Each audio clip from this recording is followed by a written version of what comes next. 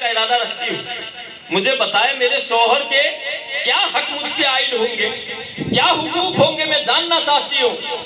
میرے آقا نے فرمایا وہ پوچھنے والی سن، تمہارے شوہر کے پیر کے تلوے سے لے کر سر کے بال تک پورے بدن میں پیپ ہو جائے اور زبان سے تو اسے چاٹ لے تب بھی تو اس کے مقام کو حق کو ادا نہ کرے، اتنے حقوق تمہارے شوہر کے تم پر ہے۔ اللہ اکبر، کتنے حقوق بیان کیے۔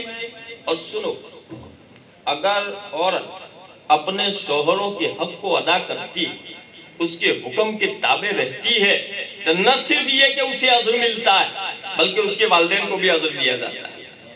جس کی تربیت میں پل کے آئی ہے، جس کی گود میں وہ پروان چڑھی ہے، جس کے کیا ہے زیر اثر رہی ہے، وہ بھی اس کے اجر و ثواب کا مستحق ہوتا ہے، حقدار ہوتا ہے۔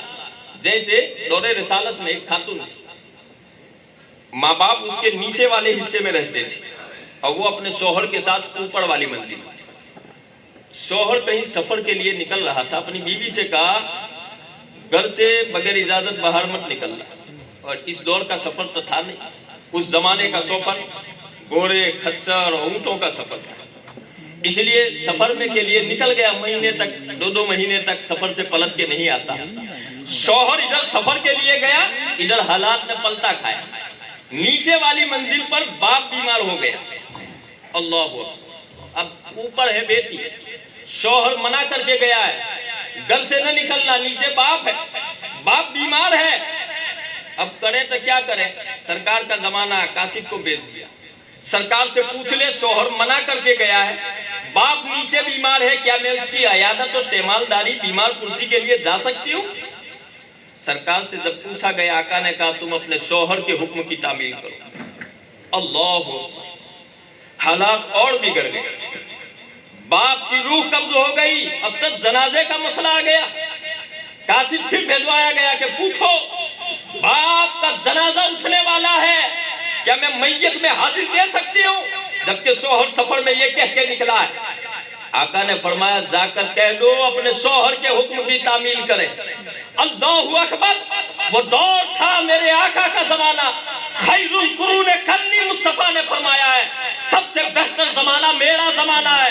وہ خاتون تھی، شوہر کے حکم کی تعمیل کرتے ہوئے اپنے گھر سے نہ نکلی، جنازہ اٹھ گیا، جنازہ اٹھایا گیا، مصطفیٰ نے ایک قاصد بھیجا، اس عورت کو جا کر مژدہ سنا دو، تم نے اپنے شوہر کے حکم کی تعمیل کیا، اللہ نے تمہارے باپ کی مغفرت کر دیا، اس کی بخشش ہو گئی ہے۔ پتہ کیا چلا؟ عورتیں اگر اپنے شوہروں کی ادب کو سنبھالتی ہے، مقام کو جانتی ہے، ان کا احترام کرتی ہے، حق کو ادا کرتی ہے، تو اس کا اجر و ثواب اس کے والدین کو بھی ملتا ہے۔ لہذا آپ اجر و ثواب چاہتے ہیں یہاں نہ، اس لیے میں تو کہتا ہوں، جو مانتا ہوں خزانہ ہمارے لیے مال و دولت نہیں ہے، کوئی بڑا منصب یہ خزانہ نہیں ہے، بڑا محل یہ خزانہ نہیں، اپنی اولاد یہی ہمارا خزانہ ہے۔ اولاد یہی خزانہ اس لیے کہ ہم ساری جتنی بھی نیکیاں کر لیں گے تب تک کریں گے، 100 سال جئیں گے، 100 سال تک کرتے رہیں گے، 100 سال کے بعد تو نیکیوں کا رجسٹر بند ہو جائے گا۔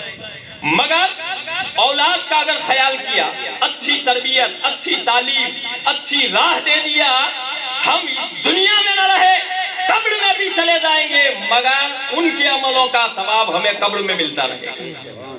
اور اچھی اولاد چھوڑ کے گئیں گے تو جو اچھا بیج آپ بو تو اس کا پھل کیسا نکلتا ہے؟ کسان ہے جانتے اچھی طرح، کسانی کرنے کے لیے کھیت میں بوائی کے لیے اچھے اچھے بیج تلاش کرتے ہیں تاکہ اچھا پھل آ جائے۔ ارے جب اچھی اولاد چھوڑ کے جاؤ گے ان کی نسلیں بھی اچھی آئے گی، ان کی نسلیں بھی اچھی آئے گی، یہ سلسلہ قیامت تک چلتا رہے گا۔ آپ قبر میں لیتے رہو گے مگر قیامت تک آپ کی نیکیاں جاری رہے گی۔ لہذا اپنی اولادوں کا خیال رکھیں، بیٹیوں کو رخصت کرنے سے پہلے انہیں تعلیم دیں، شوہر کا مقام انہیں بتائیں، وہاں جا کر بڑوں کا احترام بتائیں، بڑوں کا ادب بتائیں، انہیں بتائیں جس طرح میں تیری والدہ ہوں اسی طرح وہ تیرے شوہر کی والدہ، تمہیں شوہر کی وجہ سے اس شوہر کی والدہ کا ادب کرنا، شوہر کی بنیاد پر، شوہر کے مقام کی وجہ سے اس کے باپ کا ادب کرنا، احترام۔ اگر اس تعلیم کے ساتھ اگر ہم نے اپنی بیٹی کو، اپنی شہزادی کو اگر رخصت کیا، انشاءاللہ العزیز ان حقوق کی ادائیگی کے بعد اللہ کی رحمتوں سے امید ہے ہر حال میں وہ اپنے یہاں خوش رہے گی، ہر حال میں خوش رہے گی، کبھی ناراض ہو کر آپ کے گھر واپس نہیں آئے گی۔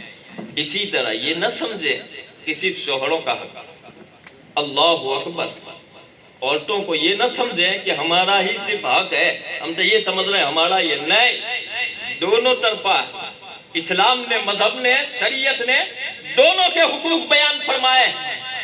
ایک اور بات بتاؤ، دونوں کے حقوق کا